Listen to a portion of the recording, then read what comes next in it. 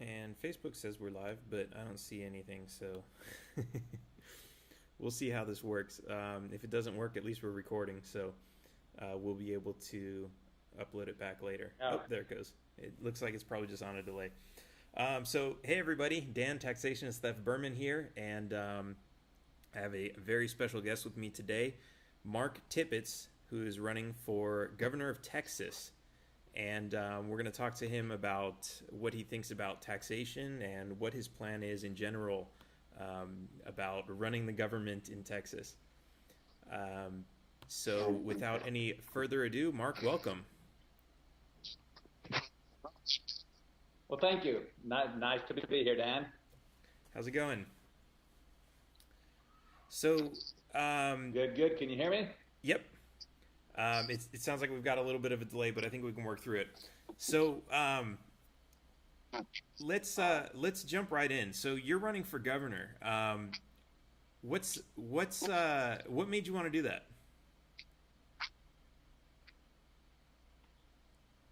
Well, I mean, I have been a libertarian for a long time now, and I have actually ran before.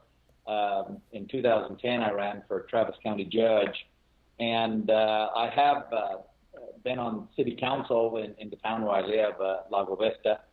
And More than anything, to stand up and show the children how our republic works, and to fight for our liberties, and try to stop the erosion of our constitutional rights and all of our rights, so that we leave a much better place for our children, and get us turned back onto the right direction.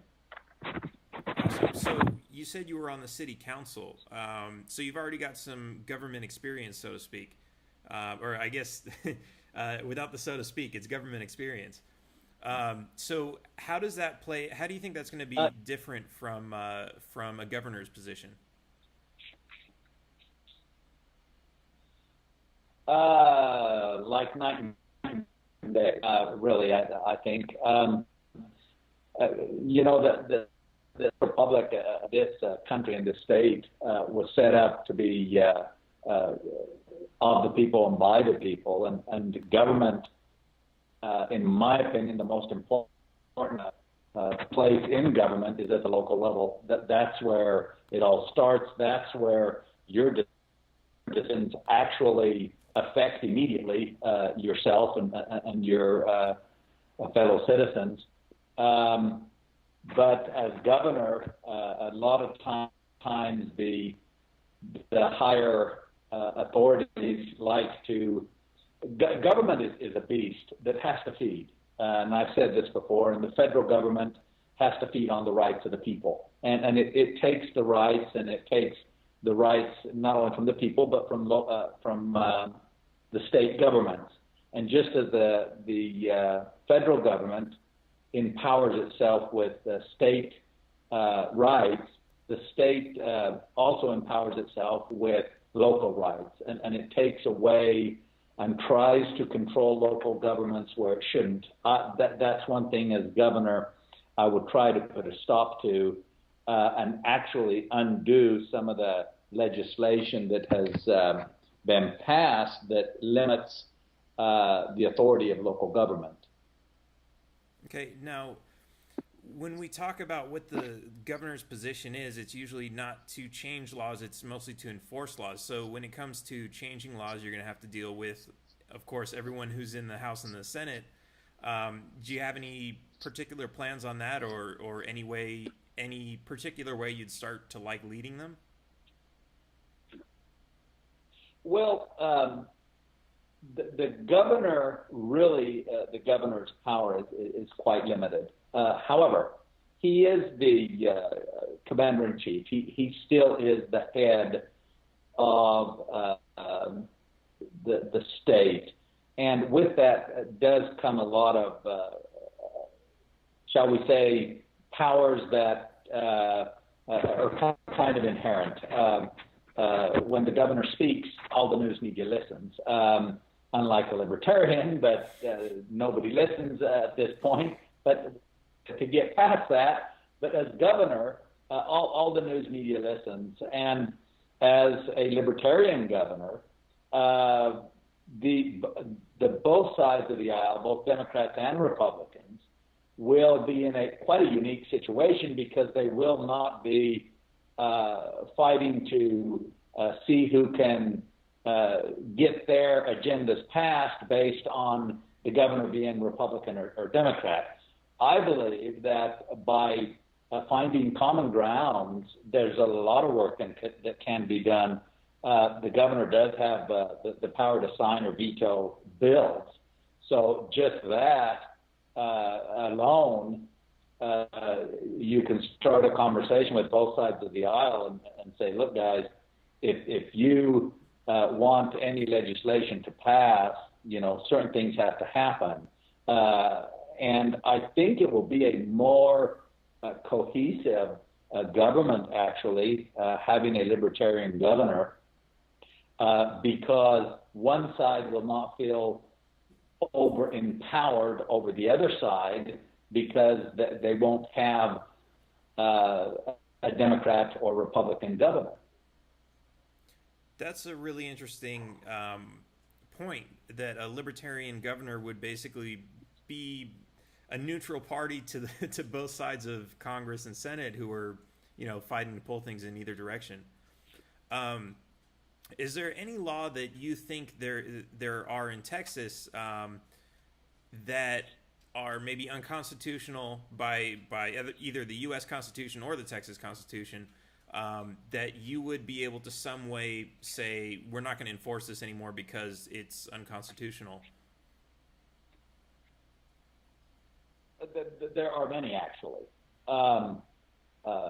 Unfortunately, as governor, you would have to have the support of the Sheriff's Association, of all the sheriffs. With the sheriffs, then the governor can point out, look, this is totally unconstitutional.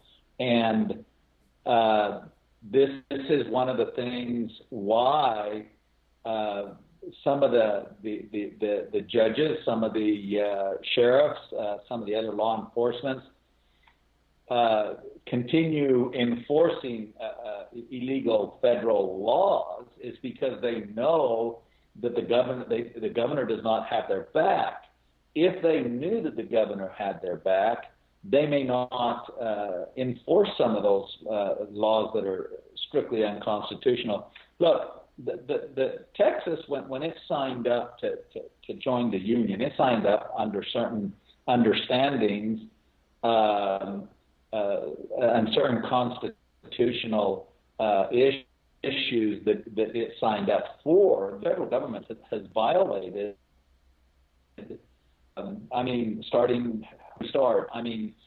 Department of Energy, Department of Education, the FBI, the DEA, all of those running rampant in our state. And while I'm not saying that they are not useful, the way they go about it, in my opinion, is totally unconstitutional. They should not have ultimate authority over our sheriffs, ever. The ultimate law enforcement is our sheriffs. That's where, because we elect them, they are liable to the public. An FBI agent, a DEA agent, they're not liable to the public. So what do? They go, oops. I mean, look what happened in Waco and on and on. Those, if we would have had a governor that would back the sheriff, Waco, I don't think would have happened. Absolutely. I like what you're saying there. So let's go over to taxes for a minute. I was at the Texas Libertarian Convention, and I saw what appeared to be one of the candidates calling you out. Something they didn't say what it was, but they alluded to the fact that you don't believe that taxation is theft. So let me first just ask you: what is taxation? Taxation is theft. Anything that is, no matter how you look at it, anything that is taken from you against your will, or even if you voluntarily give it, because you know if you don't voluntarily give it, you will be prosecuted. I mean, the IRS is a dangerous boogeyman. I tell you. I mean, I think people are more afraid of the IRS than they are of having cancer, because with cancer there's a finality to the whole thing. With the IRS there isn't. But it is what the Patrick Smith is the gentleman you're referring to. And first off, let me say, Patrick Smith, I have nothing but the utmost respect for Patrick. Patrick is a philosopher. He's one of the finest people I've met. As what he was alluding to was in a debate that we had at the Oasis. I was asked about the school system, and I said, unfortunately, the Texas Constitution states that the state shall provide an efficient and free form of education. And I said, that's in the first article of it. I said, in the next 20, when it refers to education, it talks about how they will tax us to pay for that education. I am, I said, and so, but in the Constitution it does say that. So I'm assuming here that he was, it was taken as I was agreeing to taxation being okay. But as what I was referring to was that it is mandated in there. Now, on the taxation, if I can dwell on this for just a few minutes. Oh, sure. We dwell on that all day. It's one thing. Well, it's one thing to recognize that taxation is a form of theft. It's a form of extortion, and it's another thing to try to think that it is not something that we have to deal with. It is a reality of life, and we can't wave a magic wand and make it go away. It is a drug that all governments are hooked on. And while I highly doubt that we will be able to get rid of totally some type of form of taxation, at least not in my lifetime or my children's lifetime, but I would like to turn it around to where we are not only being taxed more and more and more. And that will be one of the things that as governor you can do, and speak plainly to the people on both sides. Say, ladies and gentlemen, I'm telling you what, if you put a bill across my desk that is not cutting taxes somewhere or somehow, you're wasting your time. It's never going to be signed. And that is, that the work with people. But tax is a reality of life. And Leonardo da Vinci said, we have to recognize that everything is interconnected. And we cannot talk about getting rid of taxes if we don't first talk about getting rid of the spending. It's a cause and effect.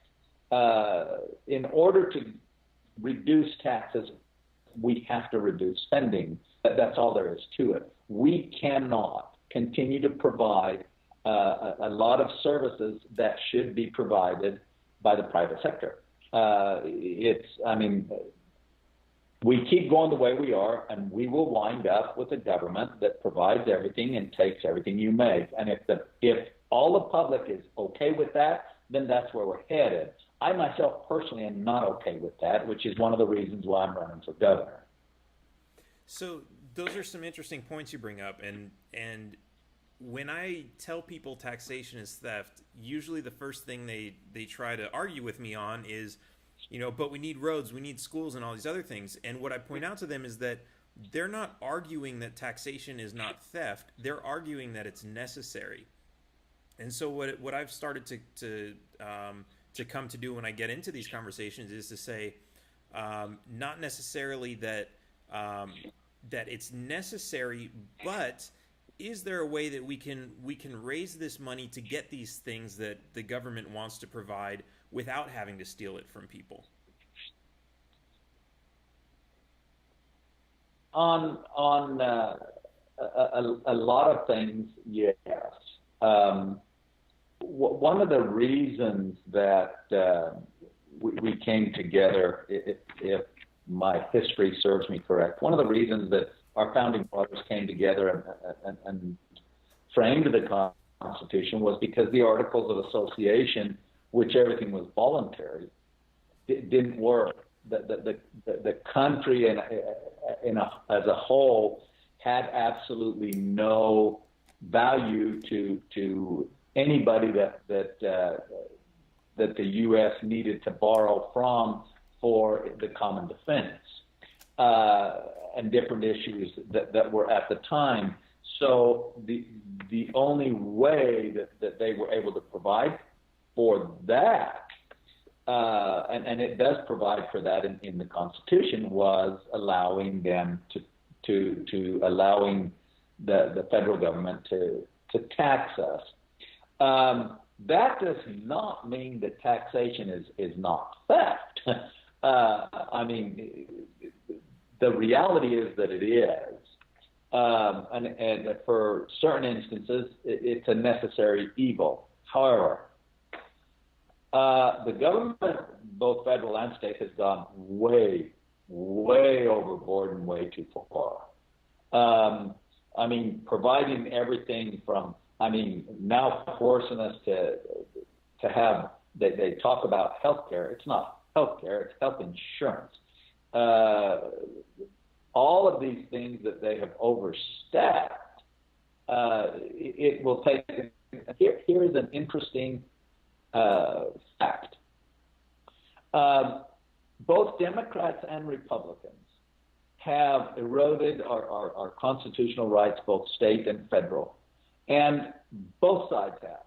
Some do it, shall we say, in the name of national security. Some do it in the name of national health care. Either way, they keep doing it, back and forth and back and forth. And the interesting thing is they keep coming up with these plans to solve their own problems. They come up with different solutions and different points of plans, and this time it really will work, and this time it really will work. But Albert Einstein saw this, when he said, you cannot solve a problem with the same mindset that created it. And all of our problems, I don't care which one it is that you want to look at, you can take anyone. It was started by a Democrat or Republican. And they are physically and mentally incapable of solving them. And I say that with all due respect, because they are in a particular mindset that they cannot solve it. They are trying to bandage and fix problems that they created. I don't know if that made any sense whatsoever to you. Yeah, absolutely. I mean, on that topic, we've got, I say all the time, we need to stop electing lawyers and career politicians because they're not out there, in the fields working a farm to know how to legislate a farm. They're not out there, dealing with technology to learn how to legislate technology. And yes, they have a lot of special interests who are consulting to them, but at the end of the day, these guys are lawyers, and they have an agenda, and they have sneaky ways of making these things happen. But to your point about what is constitutional, we have so the Constitution, I think, was written kind of to create a government within a moral framework, and then it allowed Congress to write these laws, which were basically supposed to be limited within the constitutional framework. And so when you say, you say taxation is theft, but you say that it's necessary to some degree, I think that's almost that same, you're talking about that same mindset of it's always been there and it's, it always will be there, instead of saying, okay, let's figure out how we can actually get rid of this. Now, I agree with you completely that, we can't just flip a switch and all of taxation is going to go away. That's just not going to happen, because whether you're libertarian or anarchist, there's a lot of people who talk about, oh yeah, private police forces protect people better than government police forces. But if you flip the switch, then the police forces go away overnight, and now you have nothing until you've got, the period where all these private organizations can start to form. So yes, you can't just pull the plug on the system like that, but we can. And it sounds like you're very for that, in saying that, if a bill comes across your desk and it doesn't cut taxes, you're not going to sign it. And thank you for that. But I think from your mindset, I can see where, of course, I want you to think like me, especially if you're going to be running a small country like Texas. I want you to do things my way, and that's the same way any voter is gonna think about you. But I think that the real answer is to say, yes, it is theft. Step one is to admit you have a problem, and then we have to move forward through the rest of the steps and say, okay, how can we actually accomplish this? And I think you're dead on about cutting a lot of these costs, just because they're you talked about unconstitutional laws. Just because the laws have been written doesn't mean it's constitutional. And in the same way, just because it's constitutional doesn't mean that it's moral. And so that's why we have theft in the Constitution.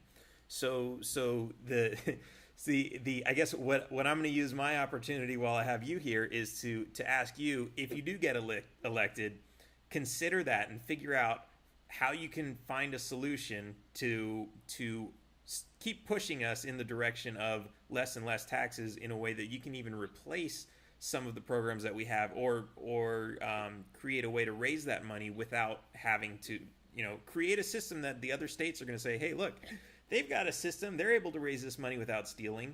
We can do that too. Lead by example. So that's me throwing in my 2 cents. Exactly. And right.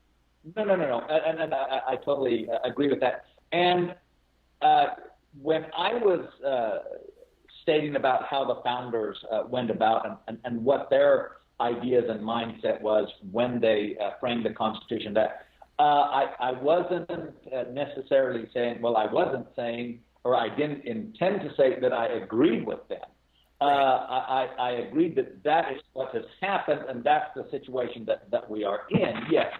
But there is a lot of ways that you can, of course, it will be a gradual, because we didn't get into this situation overnight either.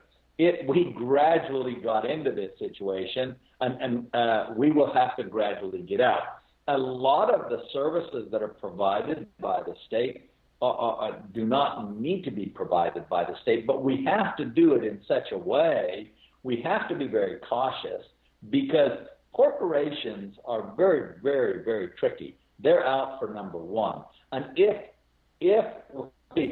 we try to turn over certain aspects of the government that's running it now to private hands, we have to be very cautious that we do not allow the cronyism to come in to where, more than it already is, to where an entity, for instance, that wants to take over the transportation department, to where there has to be checks and balances, there has to be competition. I was talking to a person one time about roads and whatnot, and I said, well, if it would have been a free market and there would have been true competition there, we may not even be driving on roads. We're driving on roads because the government, federal, state, and everything else build all these roads, and the industries are making automobiles to drive on these roads that are now overcrowded. And one person said, well, that doesn't make any sense. And I said, well, necessity is the mother of invention. Who knows how would we actually, what our transportation system would be had we let creative minds and creative businesses actually run it. I said, look how far SpaceX has got in how many years has it existed? So, I mean, we can't sell short the mentality and the brain power that our citizens have. They're ingenious, but you just have to let them do it. Right, and I think to that end, there's, when you talk about ensuring that there's no cronyism, I think most of the cronyism that we see in the private sector now is not simply a matter of evil corporations, but it's a matter of corporations being able to buy government to enforce their ill will. So I think, but at the same time, you're right. If we were to, say, take the Department of Transportation and just turn that into a private corporation that makes some profit, they've already got a leg up on everybody else by the fact that they're basically getting a bunch of roads for free. And now they still have a monopoly on it. And you might say, oh, but anyone else can create other roads to compete with them. But all this real estate's already gone, and it's not, it's kind of like the damage has been done, and now we're kind of in a hole when it comes to that. So yes, things like Right. like a lot of the roads, you wouldn't want to hand over to a corporation, maybe some sort of a public trust or something. But yeah, I think that's a really interesting topic of discussion that we could probably talk about for hours. All the different roads, and I think even there you have. I point out a lot of times that a lot of the roads that are built, let's say Walmart's building a new location and it's on the outskirts of town. They're not going to have any customers if there's no road to it. And if the government's not saying we're going to build that road for you, Walmart's they're going to have to pony up. They're going to say, okay, well, I guess I need customers. Let me build that road. The same way they build their own parking lots. The parking, like, without parking lots, where would we park our cars? Well, the government doesn't pay for those, and well, unless they charge you for it, but that's another story altogether. Well, and that also, I mean, that's also part of the cronyism, because governments, and I've seen it, even in our local town, where the city council gave a 10-year tax break for a Lowe's store to move in. I hope I'm okay with mentioning names, but yet, what about all the other local? And my argument was, I had no part of that particular decision there, but my argument is, wait a minute, what about all the local businesses that have paid? They will continue to pay the tax. Why, if you're going to do a tax break, you have to do it across the board. You can't do it for some. Then there's the argument. Oh, but look at all the side businesses that they're going to bring in and the jobs they're going to provide and everything else. So we're going to take the tax dollars from a company that's been here 10 years and give it to a company that's coming in because it's some big, I'll use a fake name, some big pear company coming in to build pineapple computers. So we're going to give them a big tax break because they will attract. I understand that philosophy. I truly understand that philosophy and what the idea is. I just don't agree with it. That is capital cronyism. And we cannot be playing favorites, because what about a small startup that's trying to get that's trying to start up to compete with them? Now, we've given them a big tax break and an incentive to move in, and a startup it now can no longer compete. That's my problem with those type of things. Like building, Walmart wants to build, and we have to invest $5 million and build a road to Walmart. Well, no. Like you said, they should have to pay for that. Right. If the market will sustain the company, it has to sustain totally, not subsidize. Right, and I think there's a lot of parallels you could draw from that. I mean, there's, you mentioned a company that's already in business, and arguably they could say, oh yeah, but they've already been in business. Well, what if that that's, Walmart's already been in business.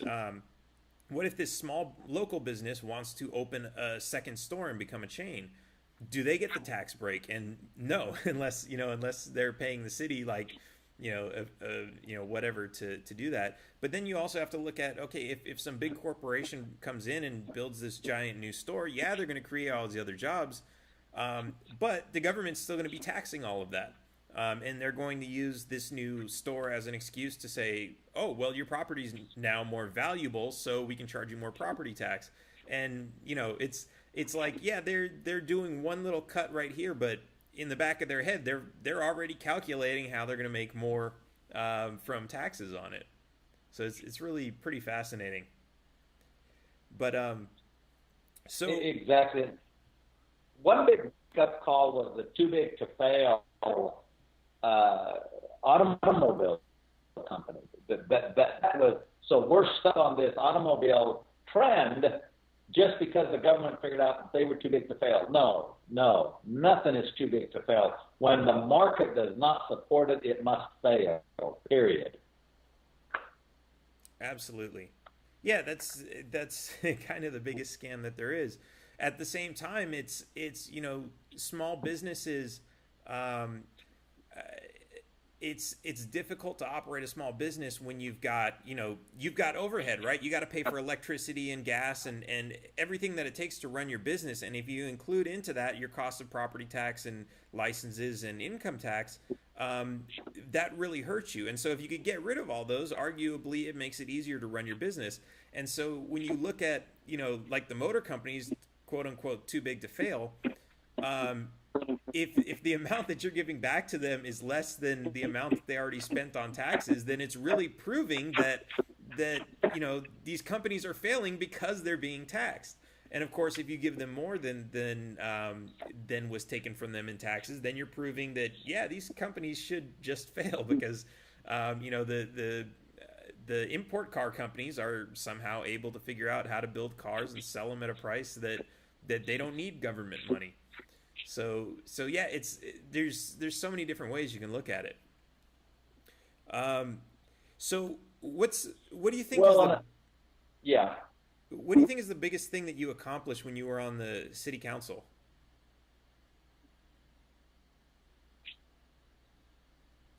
The biggest thing that I accomplished? Well, on city council, the biggest thing that I accomplished was not getting reelected. Not saving my seat. Is what happened.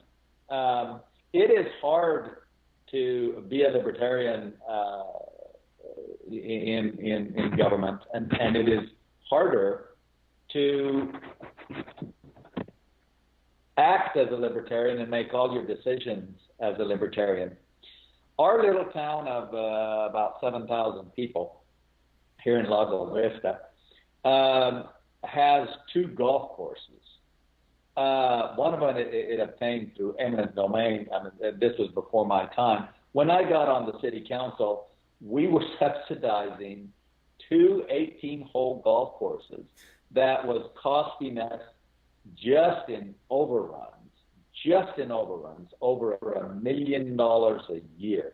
That wound up being over 20% of the property tax that we paid to the city. Wow. On city council, even though I was begged not to do it, we were coming into budget, and I told everybody I can't do this. I cannot. So I was told by the city attorney that unless I proposed a detailed plan of what to do, that the golf courses would just keep sucking the money left and right. There was nothing anyone could do about it.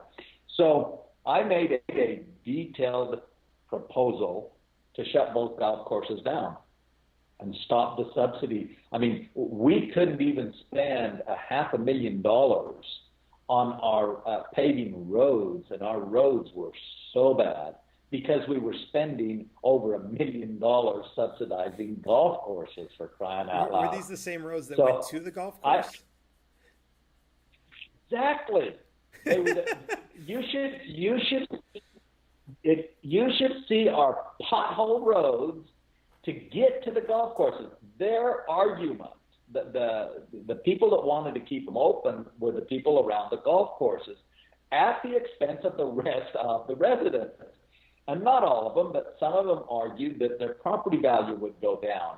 Well, we proved to them that the property value as assessed by the county makes no difference if it is backed up against a golf course that's active or a golf course that's closed down or a green belt. The county considers it all green belt, period. But they had that mindset there that we had to keep spending over $1 million a year to keep their property values up. So I made a proposal to close them all down, and to save us it would wind up being about over $1 million a year that we could actually do something. And of course, that got a lot of pushback. So I called it to a vote, and it was 3-4. Actually, it was 3-3 because the mayor abstained from voting. He decided he was going to try to pull a fast one. But then the first there was a proposal to only close down one. After there was a proposal to just close down one. So that actually got approved. We were able to close down one and save $500,000. Come election time, I miraculously, all the golfers threw a lot of money at it. Miraculously, I was not voted back into office. Myself and two other people were not voted back into office. And now the city is actually debating on whether or not to reopen that one golf course. Man! So is the golf course is it actually owned by the city, or are they subsidizing some private golf course? No, they're owned by the city, and the thing is there was all kinds of arguments of why they had to have them. Effluent water disposal, and we have like 400 acres of effluent water disposal that's already set up. And we would never, the city would have to grow, I think, like almost tenfold to use all that effluent disposal. And my argument even there was, why are we paying for future people? That's the difficulties you have, in being libertarian, but you have to be able to stand up. You have to stand your ground. I've heard a lot of people say, people have called me and said, man, I wish I had voted for you. I wish you were back on the council, But the majority of the people didn't get out to vote, but the majority of the golfers did. And that's what happens. And that's what happens when you have a democracy, not a republic. You wind up with mob rule, and that's a typical example of it. Yep. Oh man, that's insane. All right, I figured on that one. Yeah, that's a great example showing that you do have a track record for standing up for what's right, and even if you don't win 100% every time, at least you're the voice in the room that's saying, we need to do something about this. And sometimes that's all it needs. That's all we need to wake people up, especially if you're going to be governor. You're going to have a much larger media outlet to be able to do that, and you're going to be pushing back against much bigger things. So it's good to know that you've got the backbone to be able to do that. So thank you for that, and that looks great. And I hope you get elected. That sounds like it's going to be a good deal. Is there anything else you want to tell the viewers? I know we've got a lot of viewers from Texas. Anything else you want to close with? Just shout out to any particular Texas town or anything? Well, yeah. I mean, I would like to tell everybody in Texas, that we have a very, very good slate of libertarians running. All of them can use your vote, your support. We have a real good Lieutenant Governor, Kerry McKinnon. We have a lot of fine libertarians running.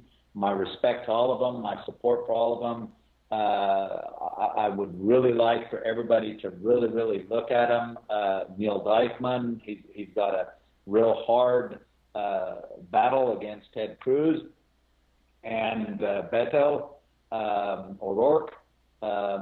So, I mean, there's I can always use help on my campaign, but we have to be united, and that is, what my campaign has been is from the beginning is United for Liberty, and we have to stand together. We have to make inroads, together as a party, together as candidates. We don't always agree on everything, which is also the beauty of everything. We don't have to agree on everything, but yet we still are all united in libertarian ideals. But we do have, if anybody has any influence to getting if Lupita Valdez wins today, if anybody has any influence in getting an all-Spanish debate with Lupe Valdez, please do so. I would love to debate her in pure Spanish. But shout out to all my fellow libertarians. We're together. And that actually brings up a good question. If somebody's watching this and they want to help your campaign, what's the best way for them to do it? The best way for them to do it is go to my website, which is mark4gov.com, and there is we're building on the website. We're constantly adding new content, but that is the best place that you could go to donate, volunteer, get on our mailing list, get on our list for our newsletter. Anything will help us, spread the word. We will need people to help us do, walking, canvassing areas and throughout the entire state. And doesn't matter what corner, be it large or small, you're at in the state. We can use all the help we can get. That's the best way to help us is go to the website and let us know you're there. Let us know you're supporting us. Awesome. Sounds great. Well, it was great talking with you. And one more time, what is taxation? Yeah, total. All right. So hopefully I'll be able to catch up with you again, maybe in a couple months and see how the campaign's going. And until then, taxation is theft. I'll catch you guys later, and I'll see you again, Mark. All right. Thanks a lot. Appreciate it.